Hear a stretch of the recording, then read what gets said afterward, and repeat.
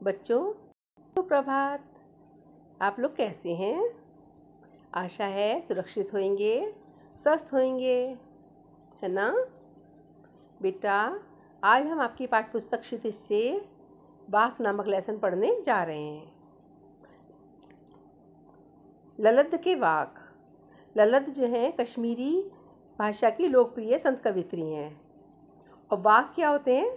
बाघ 4 पंक्तियों में बद्ध कश्मीरी शैली की गे रचना को कहते हैं। गे माने गाने योग, है ना?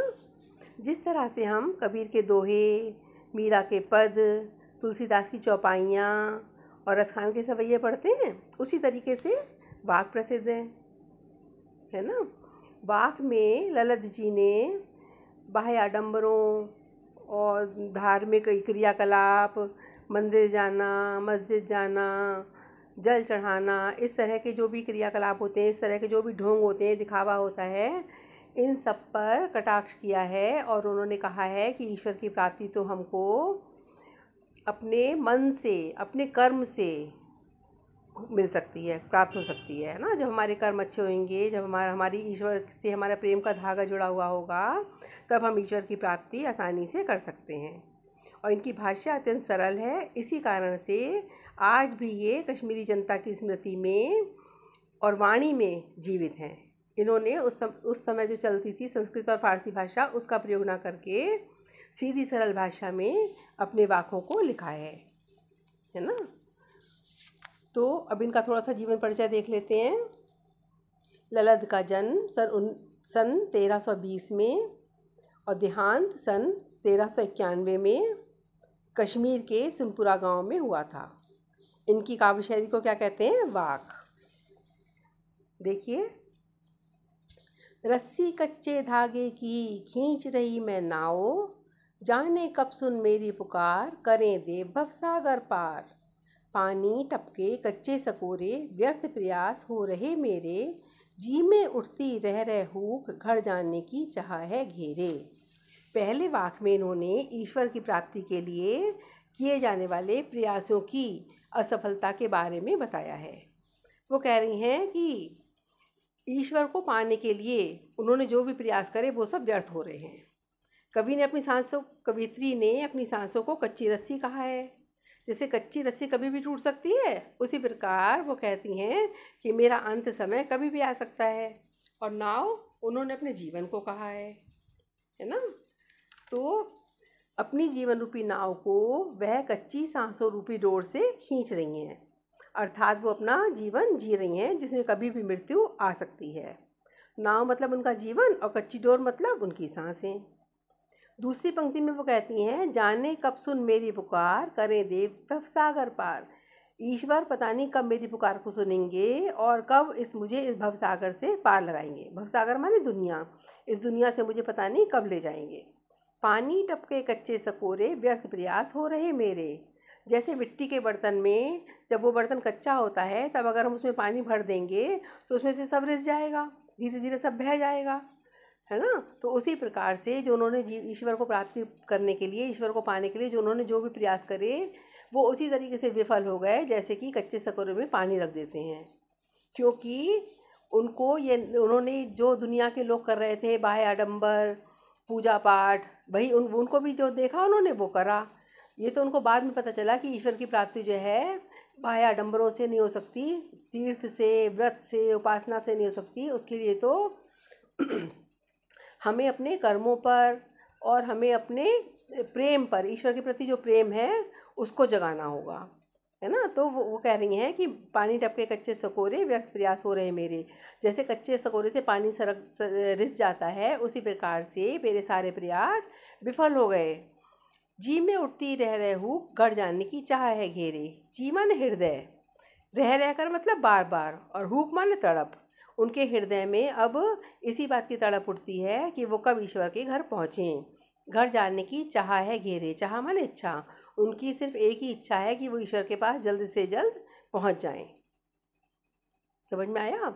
कवित्री ये कह रही हैं कि मैंने जो भी ईश्वर को प्राप्त करने के लिए जो भी प्रयास करे थे, वो मेरे विफल हो गए। और मेरे हृदय में बस एक ही तड़प उठ रही है कि कब ईश्वर मुझको इस भवसागर से पार करेंगे और कब मुझे अपने घर बुलाएंगे, क्योंकि मेरी जो सांसें हैं वो तो कच्चे धागे के समान है, वो कभी भी टूट सकती हैं, अर्थात कभी भी मृत्यु आ सकती है।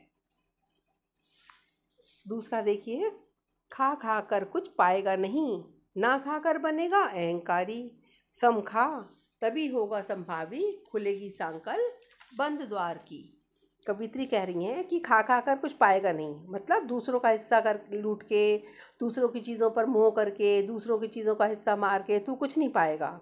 और ना खाकर बनेगा अहंकारी, और अगर तू कुछ भी नहीं खाएगा, मतलब जीवन से अपनी विरक्ति प्राप्त कर लेगा, जीवन से मुक्ति प्राप्त कर लेगा, तो भी तू अहंकारी बन जाएगा। तो तू अहंकारी कैसे बन जाएगा? क्योंकि तुझे अपनी भक्ति पे घमंड हो जाएगा। जैसे आपने सुना होगा कहते हुए कि लोगों को कि हम 9 दिन तक बिना पानी के रहे, या लौंग के जोड़े पर रहे, या हमने इतनी तपस्या करी, इतना पूजा करी, हमने ये सिद्धि प्राप्त कर ली, ये तप करा, ये। तो इस तरीके से क्या होता है, इस तरीके से हमें अपनी भक्ति पर अहंकार हो जाएगा। और सम खा, कवित्री कह रही है, ना तो बहुत ज़्यादा भूखा प्यासा रहो, ना बहुत ज़्यादा अपनी भक्ति का घमंड करो, और ना ही दूसरों के हिस्से पर लोभ करो, लालच करो। समभाव से रहो, दुनिया में समभाव से रहो, तभी संभावी होगे। संभावी माने तभी तुम्हारे अंदर समानता का भाव आएगा। यहाँ पर सम खा तभी होगा संभावी, सम का मतलब शम भी है। शम माने क्या होता है? बाह्य इंद्रियों और अंतःकरण पर निग्रह करना। निग्रह मतलब रोक लगाना। जैसे हमारा मन तो बड़ा चंचल होता है, कभी भी कुछ भी डिमांड कर लेता है, कभी भी कुछ मांग लेता है। तो हमें अपनी इंद्रियों पर, अपने मन पर नियंत्रण करना होगा, तभी हम संभावी होंगे, तभी हमारे अंदर समानता का भाव आएगा। खुलेगी सांकल बंद द्वार की। सांकल माने कुंडी, और मन रूपी द्वार पे जो कुंडी लगी हुई है, काहे की कुंडी? अज्ञान की कुंडी। तो मन का अंधकार दूर हो जाएगा, मन पर जो ज्ञान रूपी पर्दा पड़ा हुआ है वो हट जाएगा। वो कह रही हैं, खा खा कर कुछ पाएगा नहीं, ना खा कर बनेगा अहंकारी। सम खा तभी होगा संभावी, खुलेगी सांकल बंद द्वार की। है ना? तो वो कह रही हैं कि अगर आप दूसरे का हिस्सा खाओगे तो आपके अंदर लोभ और मोह आ जाएगा। अगर आप बिल्कुल व्रत रखोगे, बिल्कुल संसार से विरक्ति रखोगे, तो आपके अंदर अहंकार आ जाएगा। तो हमें इन दोनों मार्ग को ना अपनाकर समानता का भाव अपनाना है, समानता का मार्ग अपनाना है।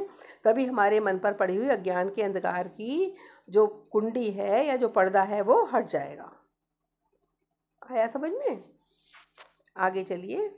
आई सीधी राह से गई न सीधी राह, सुषुम सेतु पर खड़ी थी बीत गया दिन आहा।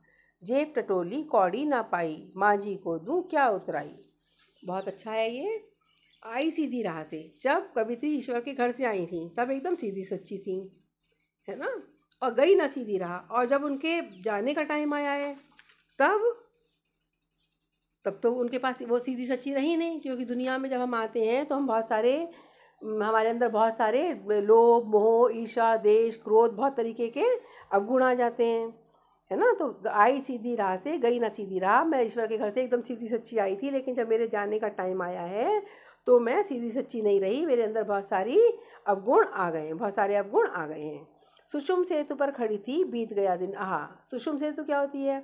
सुषुम्ना नाड़ी रूपी पुल। हठ योग में शरीर की 3 प्रधान नाड़ियों में से एक नाड़ी सुषुम्ना होती है, जो नासिका के मध्यभाग ब्रह्मरंध्र में स्थित होती है। तो जो हठ योग करते हैं वो अपनी इस नाड़ी को जगाकर इसके बल पर शक्ति को प्राप्त कर लेते हैं। तो वो कह रही हैं कि यही सब दुनिया के दिखावे में और दुनिया के कार्य क्रियाक्रम में और व्रत तीर्थ में मेरा दिन बीत गया, मेरे सारे दिन निकल गए, और मैं वास्तविक रूप से ईश्वर को पाने के लिए जो प्रयास करने चाहिए थे वो नहीं कर पाई।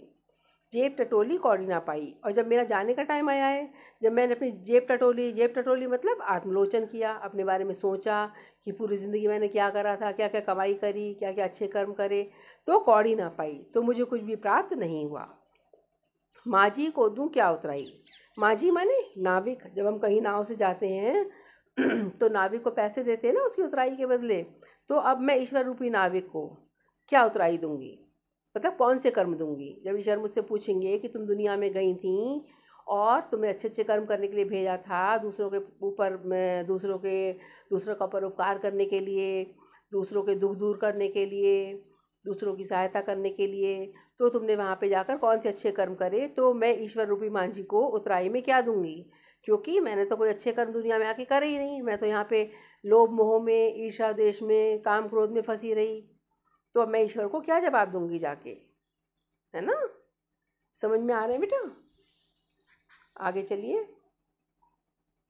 थल थल में बसता है शिवी, भेद न कर क्या हिंदू मुसलमान, ज्ञानी है तो स्वयं को जान, वही है साहिब से पहचान। कवित्री कह रही हैं कि ईश्वर जो है वो कण कण में बसता है। हमारी हर सांस में ईश्वर बसा हुआ है, हमारी हर सांस में ईश्वर का निवास है। भेद न कर क्या हिंदू मुसलमान, और ईश्वर ने जब हमको भेजा था इस दुनिया में तो केवल एक इंसान बना के भेजा था, हिंदू मुसलमान का भेदभाव करने के लिए नहीं। हमने यहाँ पे आके क्या करा, दुनिया में आके हिंदू मुसलमान सिख ईसाई इन सब का भेदभाव करा, धर्म और जाति के बारे में सोच के को लेके झगड़े करे। तो जब हम हिंदू मुसलमान का भेदभाव नहीं करेंगे तो हमारी ईश्वर से पहचान बहुत आराम से हो जाएगी। क्योंकि आपने सुना होगा गाना कि ना हिंदू बनेगा ना मुसलमान बनेगा, इंसान की औलाद है इंसान बनेगा। तो ईश्वर ने हमें सिर्फ इंसान बना के भेजा है। और इंसान का क्या धर्म है, इंसान का क्या कर्तव्य है कि जो भी लोग हैं, जो भी प्राणी हैं, जो भी जीव हैं, उन सबके कष्टों को दूर करना, उनकी सहायता करना, उनके दुख दूर करना, उन पर परोपकार करना, है ना।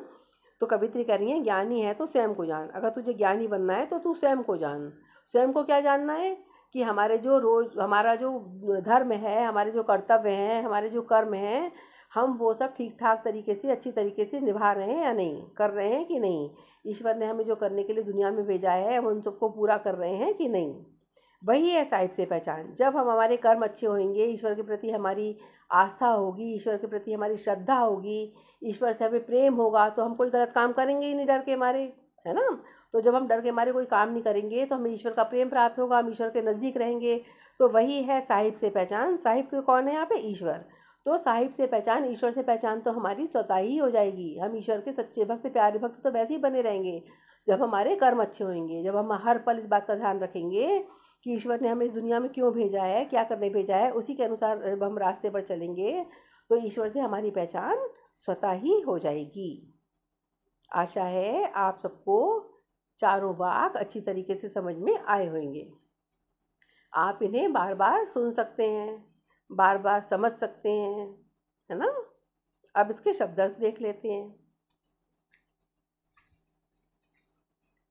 वाक बताया था आपको शुरू में ही, है ना। वाणी शब्द या कथन, वाणी शब्द या कथन ये 4 पंक्तियों में बद्ध कश्मीरी शैली की गे रचना है। कच्चे सकोरे स्वाभाविक रूप से कमज़ोर, रस्सी कच्चे धागे की, कमज़ोर और नाशवान सहारे। जैसे हमारी जो सांस है, हमारी जो जीवन है, वो कभी भी ख़त्म हो सकता है, कभी भी मृत्यु को हम प्राप्त हो सकते हैं। तो उन्होंने अपनी सांसों को, कवित्री ने अपनी सांसों को कच्चे धागे के समान कहा है। नाव जीवन रूपी नाव। शम मतलब अंतःकरण और बाह्य इंद्रियों पर निग्रह, अपनी इंद्रियों पर कंट्रोल करना, अपने मन पर, अपनी इंद्रियों पर कंट्रोल करना। समभावी माने समानता की भावना। खुलेगी सांकल बंद द्वार की, चेतना व्यापक होगी, मन मुक्त होगा। अर्थात हमारे मन पे जो अज्ञान रूपी पर्दा पड़ा हुआ है वो दूर हो जाएगा, मन का अंधकार दूर हो जाएगा। गई न सीधी राह, जीवन में सांसारिक छल छद मोह के रास्ते पर चलती रही, संसार में आकर काम क्रोध लोभ मोह में पड़ गई, है ना। सुषुम सेतु, सुषुम्ना नाड़ी रूपी पुल। हठ योग में शरीर की 3 प्रधान नाड़ियों में से एक नाड़ी सुषुम्ना है, जो नासिका के मध्यभाग ब्रह्मरंध्र में स्थित है। जेब टटोड़ी, आत्मलोचन किया, अपने जीवन के बारे में सोचा। कौड़ी ना पाई, कुछ भी प्राप्त नहीं हुआ। मांझी, ईश्वर गुरु या नाविक। उतराई, सदकर्म रूपी मेहनताना। थल थल, सर्वत्र। शिव, ईश्वर। साहिब, स्वामी या ईश्वर। आशा है बेटा आपको शब्दार्थ भी समझ में आ गए होंगे। अब आप इनको खूब ध्यान से बार बार सुनिए और शब्दार्थ को याद करिए, तो आपको वाक्य का अर्थ और भी आसानी से समझ में आ जाएगा। धन्यवाद बच्चों। घर में रहिए, सुरक्षित रहिए।